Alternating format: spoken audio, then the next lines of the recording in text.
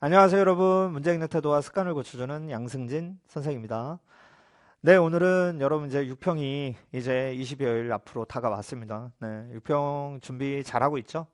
6평이 우리의 종착역은 아닙니다. 그런데 뭐 잘 보면 좋잖아요. 네, 그래서 일단은 뭐 남은 기간 동안에 여러분들이 어떤 학습을 해야 될까에 대한 안내를 드릴 건데, 일단 가장 중요한 걸 교수님이 꼽아봤습니다. 일단 기출코드로 우리가 이제 1회 독을 많이들 대다수는 했을 거 아니야. 물론 아직 안 한 친구들은 계속 열심히 빠르게 1회 독 하셔야 되고요. 대부분 이제 이 기출코드를 이제 2회 독 드디어 내 것으로 만드는 과정을 이제 할 거야. 그러니까 무엇보다 이게 중요해요. 여러분 이론적으로 기출코드만 2회 독해서 내 것으로 소화했을 때요.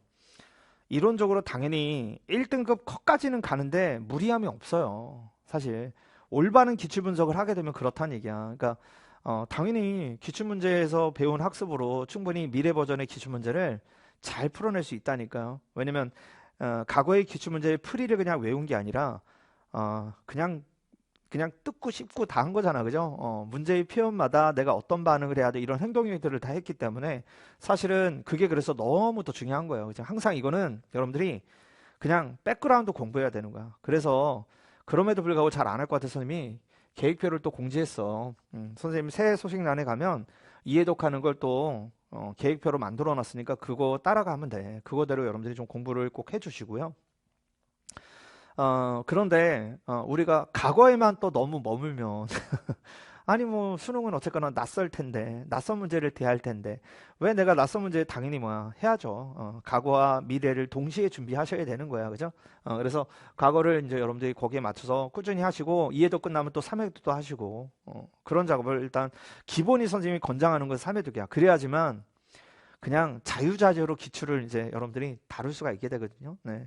그거 일단 지금은 이제 우리가 중간 과정인 거니까 어쨌거나 2회독을 일단 먼저 빨리 완료하는 게 좋다. 2회독을 하고 나면 3회독은 되게 빨라요. 오래 안 걸리거든, 그죠? 그거 하시고요. 그리고 이제 미래를 하기 위해서 선생님이 이제 뭐 했어? 또 그죠? 열심히 또 인문 앵커도가 이미 완강이 되었고요. 네, 그래서 인문 앵커도의 특징은 아니 뭐 쉬운 문제를 뭐하러 합니까? 어차피 풀리는 데가 아닌 거죠. 그게 목적이 아닌 거야. 그죠? 그래서 일단 인문 앵커드의 문항 보낼 때는 8번하고 쉬운 어려운 3점. 그지? 어려운 3점 하고 그리고 그래 9번부터 13번까지 4점 그리고 주관식 20번 4점이야. 그래서 총 8개의 문항을 우리가 풀어내는 연습을 하는 건데 목적이 그거야. 여러분 어차피 이 문항은 여러분 당연히 맞아야 되는 거잖아. 당연히 맞을 거야. 그리고 결국 수능에서도 6평에서 여러분 이걸 맞을 거야. 근데 얘를 누가 더 빠르게 푸느냐가 이후의 문제에 큰 영향을 끼친다는 얘기야. 그래서 이 번호대 문제가 낯선데도 내가 어떻게 빨리 풀 수 있지? 이거를 여러분 훈련해야 되는 거 연습을 해야 된다는 얘기야. 그게 이제 이문 앵커의 목적이에요. 그죠? 그래서 여러분들이 빨리 그지 하셔야 돼. 그지? 하셔야 됩니다. 그래서 선생님이 일부러 회차를 일부러 다 맞춰놨어. 그지?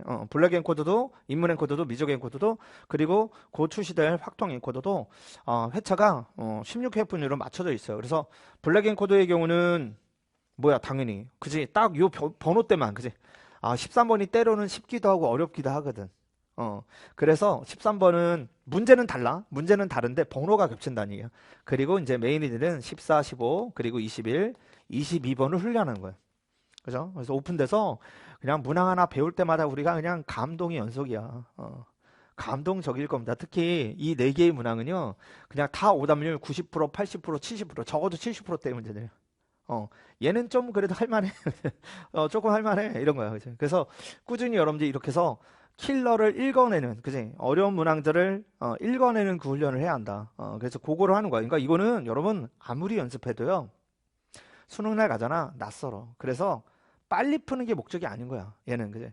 여기서 시간을 벌어서 얘를 충분한 시간을 두고 푸는 거, 그지? 하셔야 돼. 그런 훈련을 해야 되는 거야. 그러면 이제 물론 이것도 연습하면 빨라지긴 하겠죠. 근데 이게 빠름이 목표는 아니라는 거야. 그래서 그냥 묻고 그냥 물고 뜯고 씹고 다 하는 거야. 그지? 그래서 그런 연습을 하는 거. 그래서 대다수의 문제가 다 뭐야? 이거는 포기의 문제겠지? 포기해. 그지? 포장의 기술을 해독하는 문제. 똑같아 보이는 것도 달리 표현해서 우리가 이제 그 다른 표현을 보고 뭘 의미하는지를 해석해서 푸는 훈련. 그래서 현재 이제 이건 진행 중입니다. 그죠? 진행 중이고. 그리고 이제 선택 과목의 미적 앵코드는 이제 풀모이야. 그지? 그러니까 23번부터 30번까지 완전체를 다 다루고요. 그래서 쉬운 거부터 어려운 3점, 그치? 그러니까 이제 이건 어려운 4점만 3개 있겠죠. 네. 그거를 다 훈련하는 거. 그래서, 역시나 현재는 얘도 16회 분이고요. 얘도 16회 분이고, 얘도 16회 분으로 구성돼 있어. 그치? 그리고, 우리가 이제 아마 선생님이 기말 휴관 기간에 또 학통의 코드도 열어 드릴 겁니다. 그죠? 그렇게 해서 일단 꾸준히 낯섦에 대한 훈련을 조금씩이라도 여러분 해나가야 돼. 그치? 얘를 메인으로 하되, 얘를 이제 점차 자신의 실력에 따라서, 이미 뭐 잘하는 애들은 벌써 완강한 친구들도 있을 거고요. 그러니까, 그거를 이제 항상 공존시키면서, 시간이 흐르면 수능이 가까워지면 가까워져서 예의 비중을 이제 늘려야겠죠. 그런 과정을 이제 할 거고. 그래서, 선생님이, 조만간에 엔제 학습부터 공지를 통해서 안내를 드릴게요. 그죠? 그죠? 계획표였듯이 엔제도 어떻게 했으면 좋겠다라는 걸 여러분들에게 또 공지를 자세하게 또 써서 안내를 드릴 테니까 좀 참조해 주시고 거기에 맞춰서 공부를 해주고 한 가지 팁을 드리면 여러분들이 이런 어쨌거나 이거는 다 뭐야 선생님이 만든 자작 문제잖아. 사설 문제에 불과하거든요. 근데 이런 류의 문제를 우리가 어떻게 반응을 해야 되냐면 풀고 보통 이제 풀었어? 틀렸네? 해설반도 이해했네? 그리고 끝?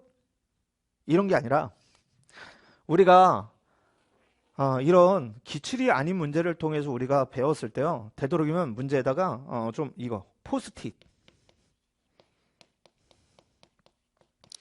얘를 좀 활용해 주면 좋겠어. 그래서 딱 문항 번호대에다가 그러니까 어차피 우리가 선생님이랑 행동력도 적고 풀이도 해보고 여러분들 연습하고 이런 거 할 텐데 포스트잇에다는 감정을 적어주는 게 좋을 것 같아요. 그러니까 문항에 대한 감정.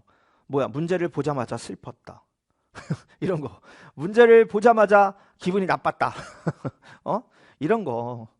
그러니까 왜냐면 여러분 감정이 실리잖아요. 그러면 기억이 오래 나요.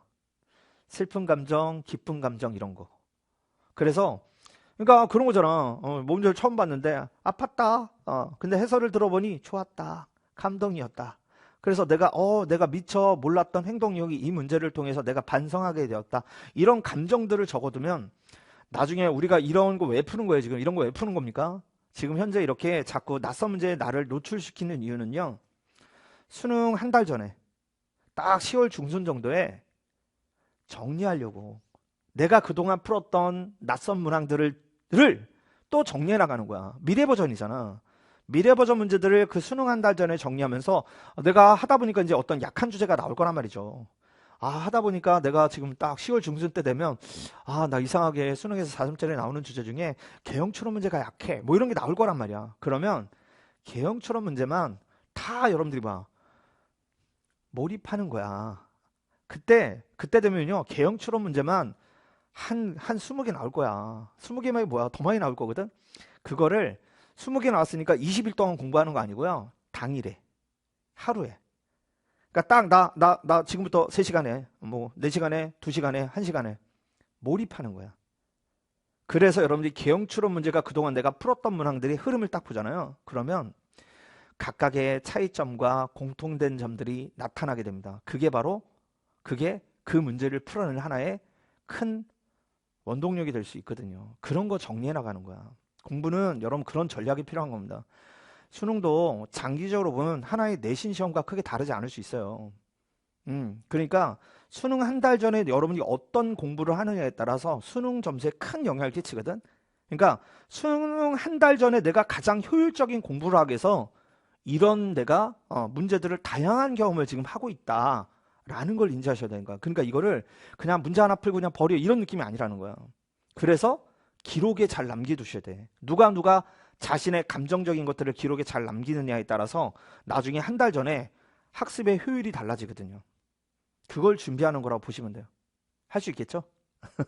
할 수 있어야 돼. 왜? 그게 정해거든. 그게 정답이에요. 여러분 이렇게 하면 점수가 올라요. 점수가 오르는 공부를 해야죠. 그죠? 그냥 공부하면서 그냥 띵가 하는 게 목적이 아니잖아, 우리가. 그죠? 물론 공부하면서 행복하면 좋죠. 행복감을 느끼고 즐겁게 공부하는 건 중요한데 우리의 본질적인 것은 어쨌거나 수능 성적을 올리는 게 우리의 목적인 거예요. 알죠? 네. 그래서 그렇게 선생님이 곧 공지로 또 안내를 드릴 테니까 거기에 맞춰서 오늘 하루도 그죠? 1분 1초 아끼셔야 돼요. 여러분 수험생이니까. 그죠? 1분 1초도 아껴서 공부하는 거 잊지 마시고. 아시겠죠? 네, 6평 또 잘 치러보고 선생님 6평 끝나고 나서 또 앞으로 우리가 뭔가 대책을 어떻게 해야 되는가 뭐 이런 것도 또 캐스트를 통해서 안내를 드릴게요. 오늘은 여기까지. 바이바이.